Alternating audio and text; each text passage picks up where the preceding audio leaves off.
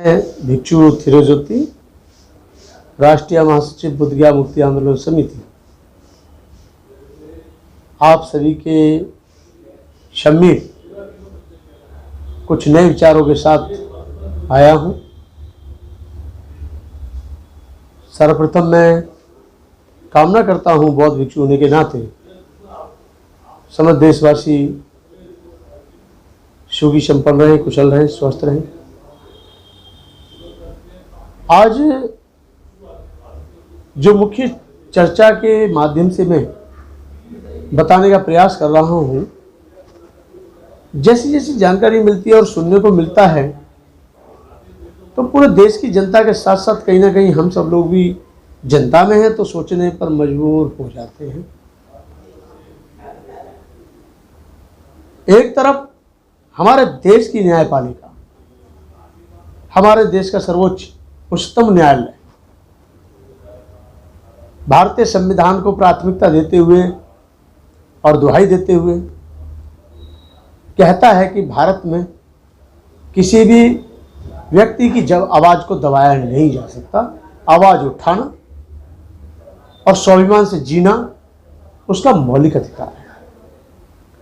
उसका जो अधिकार संविधान में मिला हुआ है उसको देना चाहिए। लेकिन जब हम गहराई से जाते हैं और वास्तविकता देखते हैं तो इस देश में आवाज़ उठाने वाले व्यक्ति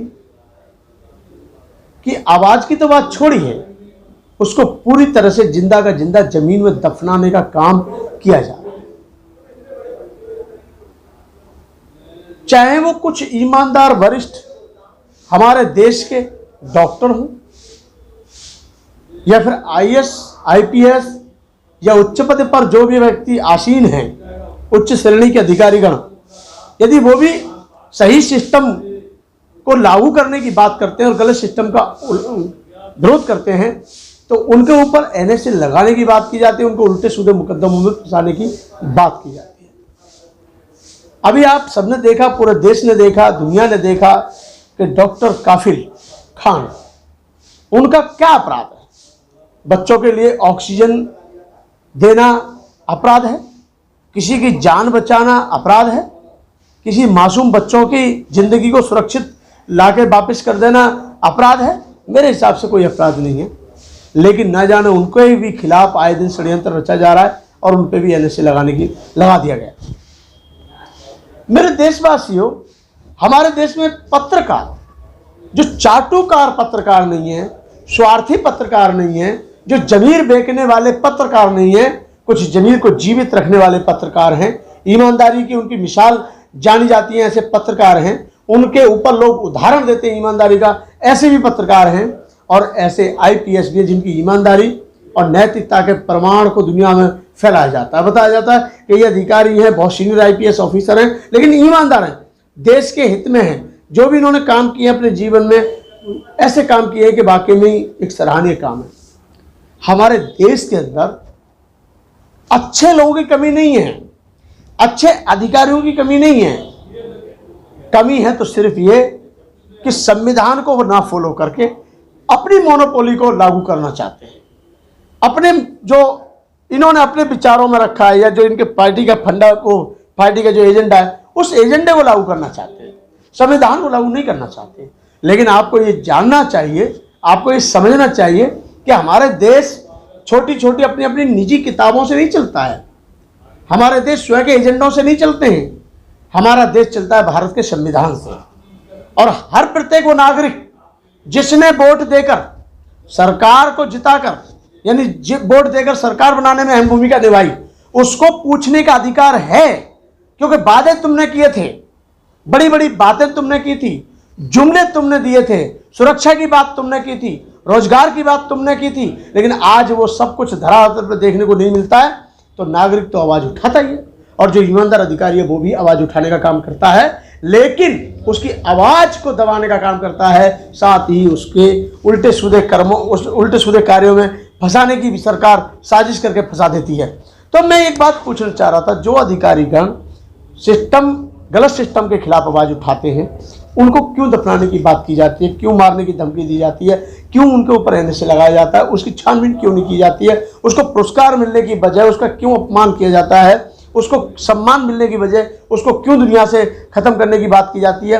तो ऐसी चर्चा हमारे देश में एक दो नहीं है, 1000-2000 नहीं है, लाखों चर्चाएं। आपके पार्टी की जो पक्ष में बात करता है, चाहे वो किसी भी प्रकार का आदमी क्यों ना हो, वो 2 दिन तक पहले बहुत द्वेषी होता है, बहुत भ्रष्टाचारी होता है, बहुत देश का द्रोही भी उसको लोग कह देते हैं, उसको लोग बहुत सारे नाम दे देते हैं, और जैसे ही वो भारतीय जनता पार्टी में आ जाता है वो एकदम शुद्ध हो जाता है और एकदम साफ सुथरा होकर अच्छी छवि वाला नेता बन करके पेश कर दिया जाता है। आखिर ऐसा क्यों होता जानते हैं? इसलिए किया जा रहा है। लगभग मैं समझता हूं कि हमारा विपक्ष, जो वर्तमान में सत्ताधारी पार्टी है, उसका विपक्ष कहीं ना कहीं आवाज उठाने में कमजोर है, या फिर अपनी शक्ति का प्रदर्शन जानबूझ के नहीं कर रहा है, या फिर शक्ति का प्रदर्शन करना चाहता है तो अभी तक क्यों नहीं करना चाहता है, उसको करना चाहिए। पूरे देश में माहौल तो आप देख ही रहे हैं, पूरा हवा चेंज हो गया। कोरोना वायरस के नाम पर बहुत सारा क्या क्या रोजगार हुआ है देश के अंदर। जनता की दुख की पीड़ा तो समझने की बात बहुत दूर की थी, जनता को रुलाया गया, लाखों लोग परेशान हुए, घर से बेघर हुए, हजारों लोगों की जान गई, रोडों पर ऐसे मरे पड़े थे कि वो दृश्य यदि हमको याद आ जाता है तो हमारी आंखें नम हो जाती हैं। हॉस्पिटलों में लाशों के ढेर लगे, वो सीन देख करके हमें बहुत पीड़ा होती है। लेकिन हमारे देश के माननीय 56 इंच का सीना रखने वाले प्रधानमंत्री भी कमजोर पड़ गए, क्योंकि उनके बस में भी नहीं रहा। उन्होंने ये कह दिया आत्मनिर्भर बनो। आत्मनिर्भर की बात कहां से आ गई? वोट तुमको दिया था, प्रधानमंत्री आपको बनाया था, उम्मीद आपसे की थी, रोजगार का वादा आपने किया था, 2 करोड़ लोगों को रोजगार देने का वादा आपने किया था, सुरक्षा देने का वादा आपने किया था, अच्छे दिन लाने का वादा आपने किया था, काला धन वापस लाने की भी बात आपने की थी। ये आम जनता ने बात नहीं की थी। आम जनता ने आप पर भरोसा किया था, यकीन किया था, विश्वास किया था, और इस विश्वास के साथ वोट दिया था कि हमारे पास अच्छे दिन आएंगे, देश मजबूत होगा, सशक्त होगा, नारी का सम्मान होगा, नारी की सुरक्षा होगी, और हमारे देश में जो ये माहौल खराब है उसको ठीक किया जाएगा। मेरे देशवासियों, वो माहौल तो जैसा था वैसा था, पर जब से 5-6 साल से लोगों की जिंदगी तबाह हो गई, इसमें कोई दो राय नहीं। ऊपर से मखमल की चादर जरूर बिछाई जाती है, ऊपर से पर्दे अच्छे अच्छे लगाए जरूर जाते हैं, लेकिन वास्तविक कुछ और देखने को मिलता है। ये देख करके पीड़ा बहुत बड़े पैमाने पर होती है, रोना आता, तकलीफ होती है कि आज हमारे बड़े बड़े साधु संत भी इन मुद्दों पर चुप बैठे हुए हैं। जो लोग लोकपाल बिल की बात कर रहे थे, मुझे आज एक नाम याद आ गया, अन्ना हजारे, जिनको समाज सेवी का दर्जा दिया गया है। आप जानते हैं इस देश में कास्टिज्म इतने बड़े पैमाने पर है कि अगर उसी काम को कोई छोटी यानी मीन्स अनुसूचित जाति का व्यक्ति कोई काम करता तो उसको उठा के जेल में पटक दिया जाता और उसको एनएसए लगा करके उसको बंद कर दिया जाता। लेकिन यहाँ ऐसा कुछ नहीं हुआ, क्योंकि वो मतलब अन्ना हजारे नाम है उनका, एक अन्ना हजारे जी और एक हमारी वो किरण बेदी जी और एक हमारे रामदेव जी, और भी इसमें कई लोग थे जो बड़ी बड़ी बातें करते थे और ये कहते थे कि हम अच्छे दिन काला धन लाएंगे, काला धन लाएंगे, काला धन लाएंगे। लेकिन आज तक उस काले धन का पता नहीं चला कि वो काला धन गोरा बनकर कहाँ छुप गया। लेकिन उनसे किसी ने द्वारा पत्रकार ने पूछा नहीं, और जिसने पूछने की हिम्मत जुटाई या जिन्होंने पूछने की बात की उनको या तो उस मीडिया से निकाल दिया या फिर उन पर कोई केस लगा दिया या उनको फंसाने का प्रयास किया गया। मेरे देशवासियों, सिस्टम बड़ा उल्टा है। देश का संविधान लागू तो कर नहीं पा रहे हैं ये लोग। देश का संविधान बदलने की बात जरूर की जाती है, लेकिन मैं आप सभी को ये जान लेना चाहिए भली भांति कि भारत का संविधान इतना कमजोर नहीं है कि आसानी से बदल दिया जाए, क्योंकि भारत का संविधान लिखने वाले बाबा साहब डॉक्टर अम्बेडकर थे, जो बोधिसत्व थे। उन्होंने इतना महान और इतना प्यारा संविधान लिखा है, उसको लागू करने की जरूरत है। नौकरी भी मिल सकती है, सुरक्षा भी मिल सकती है, रोजगार मिल सकता है, भुखमरी से भी निपटा जा सकता है, रोग से, औषधि से, बहुत सारी व्यवस्थाएं उस संविधान के अंदर ऐसी है कि हमें भटकने की जरूरत नहीं है, हमें कहीं रुकने की जरूरत नहीं है, हमें बस सिर्फ और सिर्फ उसको लागू कराना और करने की जरूरत है। हमारी न्यायपालिका कहती है कि मौलिक अधिकार है सबका बोलना, तो सरकार कौन होती है रोकने वाली?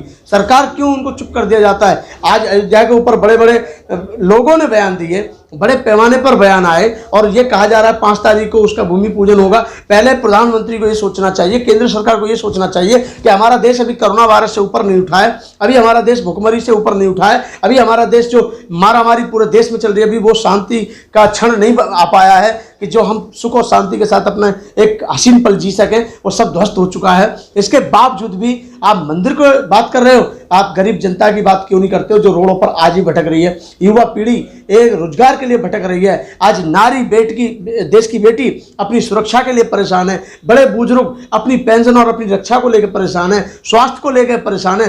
परेशानियों का सामना करने की बजाय एक राम मंदिर बना करके ये कह दिया जाएगा कि राम मंदिर बन गया, अब हमारा सब समस्या हल हो गई। ऐसा नहीं होता है। और राम मंदिर बनेगा, जब बनेगा बनता रहेगा।